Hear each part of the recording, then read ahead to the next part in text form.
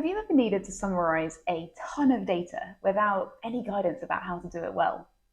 If you're working in consulting, then you might have already experienced this. And if you haven't, then you definitely will do. It's one of the hardest things that you might do at work. Businesses are placing more and more importance on the use of data to make decisions. And so the ability to crunch it, to analyze it, to interpret it, and use it to recommend what your client should do is becoming a must have. More and more consulting projects have roles that specifically work with data. And outside of consulting, more and more job opportunities are opening in the data space too. So in this video, I'm going to walk you through some principles that will help to guide you as to how to make sense of a situation where you have a ton of data that you need to work with in order to produce some sort of important insights to support a decision or to recommend next steps. Or in other words, to summarize exactly what that data is telling you. Welcome back, by the way. I'm Charlie, a consulting director and remote business owner. And my Consultant Explorer channel is to help you be so successful in your management consulting career that you are set up for total freedom to do whatever you want to in life. And working with data is going to be something that you take forwards with you into your later career too. So let's dive right in. I'm going to use an example of an ice cream company that is selling ice creams across the UK. All the principles I go through, I'll build out the ice cream example to make sure that it's really clear. I'll start with some principles about working with and summarizing data. And then I'll move on to some principles about how to visualize data to portray the insight or information that you're trying to portray. So let's talk about the principles of working with and summarizing data. The number one rule when you're facing a ton of data that could really contain any insight whatsoever is be very specific and clear about what question you're trying to answer. If you're not clear about the question that you're trying to answer, then you might waste time looking at data points that aren't relevant or that have no useful insight. Knowing your objective helps you look at the right data points and in the right order. And you might have several questions that you're trying to answer, not just one, which is totally normal. But whenever you're looking into your data, you'll know what you're looking for if you know your question. You'll save yourself a lot of time and mental energy by doing this. So let's say for the ice cream company example, we've got a ton of data about the volumes of ice creams that they've sold over the past few years. The question that we might be wanting to answer is, how might this ice cream company increase ice cream sales next year? We can probably discard the data about sales of potatoes then. That's some time saved. The next very important principle is, data points don't mean anything until we apply meaning to them, and then they become insights. You can see the difference between the statement, 4,000 ice creams were sold last year across the UK, versus the statement, 4,000 ice creams were sold last year across the UK, which achieved the target increase on the year before. From the first statement, we have a volume of ice cream sold, but we have no idea whether it's a good or a bad volume. From the second statement, we can see that it's a good volume. We also get the sense that the ice cream company is intentionally growing its revenue, but we don't have any insight beyond that. The next principle is, insights don't mean anything unless there's a story. The statement, 4,000 ice creams were sold last year across the UK, which achieved the target increase on the year before, gives some good context. But if we were to phrase it like this instead, 4,000 sales this last year met the target percentage annual increase, and achieving the target increase was important because otherwise this ice cream company would have gone bust. Okay, so now we understand that the reason the ice cream company is focused on increasing revenue is actually to survive, not just to generate more money. So in other words, you have to talk about data points in such a way as to give them meaning and purpose. Tell your story by starting with why. Why? Has this ice cream company increased sales enough in order to not go bust? Then talk about the what and the how. What? It achieved 4,000 units, a 20% increase on the year before. How? Because it's now achieved profitability, it can stay afloat. It's worth noting that whilst why always comes first, there is some interchangeability between the order of the what and the how.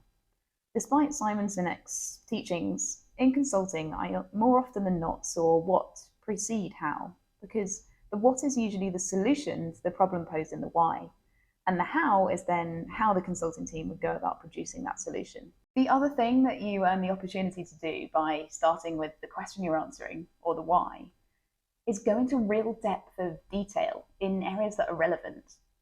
Following up with data and insights that relate to specific important parts of that big picture can help build credibility in your story. The year before last, the ice cream company sold 3,333 ice creams, and in particular, brands X, Y, and Z sold fewer units than in any year prior to that. Okay, next principle. Be aware that some data sources are more valuable or more accurate than others. And where the data seems to contradict, you have three options. Either go with the most trustworthy source, or go with more conservative option to avoid overstating or understating, or take a balanced perspective between the options, like an average. For example, if you have two sources of data for the ice cream sales of one shop, one came by email from the shop manager and the other came from the cashier system, then you might decide that the cashier system is the more accurate data. We sold 75 ice creams versus 72 ice creams sold. It's also better to go with the cashier system in this example because it's the more conservative number, given the objective of high sales volume. Another way you might take a conservative approach is if some data is missing and you must estimate it. Like, this shop's sales numbers are not yet available, so I'll use last year's numbers in the knowledge that sales volume this year increased. Or perhaps you receive two downloads from the same cashier system, and the first gives a sales volume that is higher than the second, indicating a possible system error. And in this scenario, you might choose a number in between the two, like the first submission shows 86 and the second submission shows 84, so you choose 85. The next principle relates to anomalies. Be aware of anomalies and either call them out if they're relevant or ignore them if they're not relevant. For example, 3 shops in the same region achieved a 60% increase in sales against the average 20% that all other shops generally achieved. Is an important set of anomalies to call out because it implies that that region is particularly successful, and knowing why might help boost sales further both there and elsewhere. On the other hand, the anomaly, one shop sold 0 ice creams, should be ignored if we know that it did sell ice creams and that instead there was just an error in the data collection. As a side note, you're likely getting the sense that the nuances around the data and how the data has been created and what drove it are really important pieces of information to bear in mind when analysing and summarising data. Our next principle relates to relativity. Relativity can be important. Is there a very broad spread of data results? Or are data results generally distributed around 1 point? And either way, what does that tell you?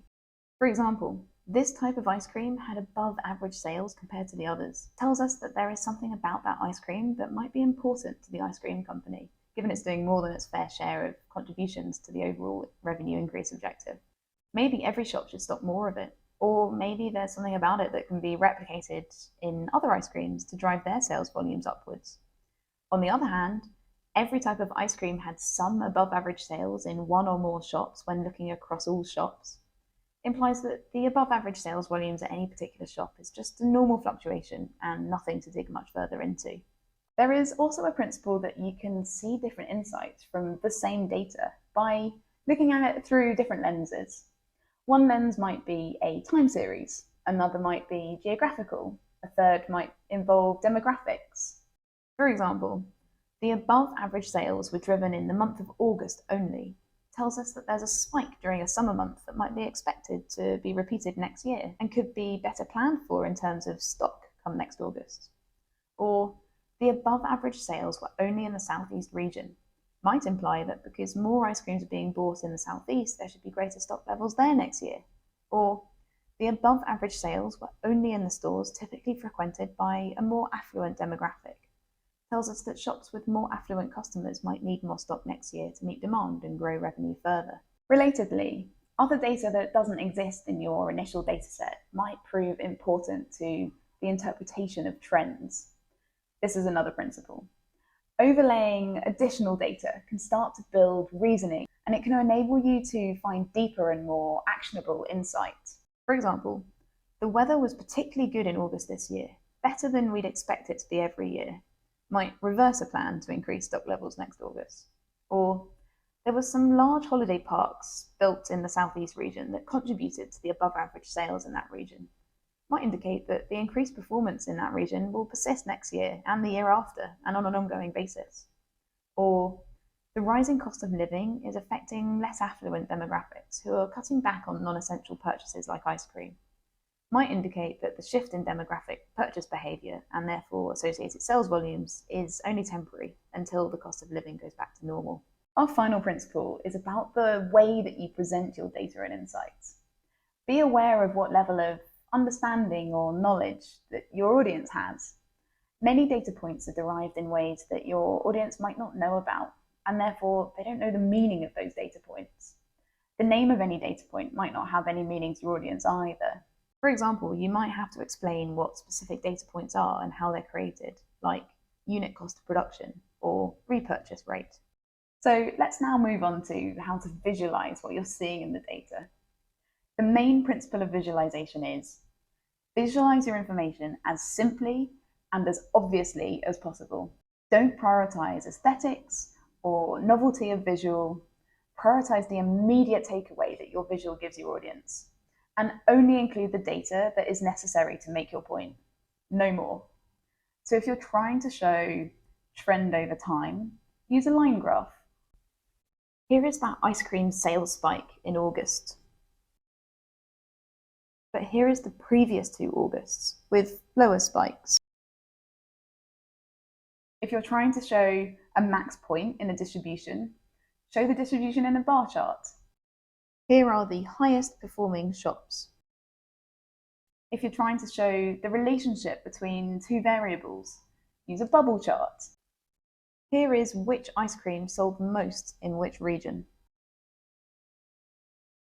If you're trying to show the frequency of words, use a word cloud, where size of the word indicates volume. Here are the words used in marketing campaigns around high-performing product X versus the words used in campaigns around low-performing product Y. If you're trying to show how positive or negative numbers affect an overall running total, then show it in a waterfall. Here is how revenue is doing versus targets over the course of the year. So here are some visualization principles. In general, although they might feel a little bit less exciting than some of the more complex data visualizations, line graphs and bar charts almost always show the information that you want to show. So how do you choose between them? Well, 3 things you get from a bar chart that you don't get from a line graph are: you can cluster bars, for example, quarters in a year. You can have vertical or horizontal bars, which can help portray volume versus chronology. And you can include another level of depth to your information by using a stacked bar chart.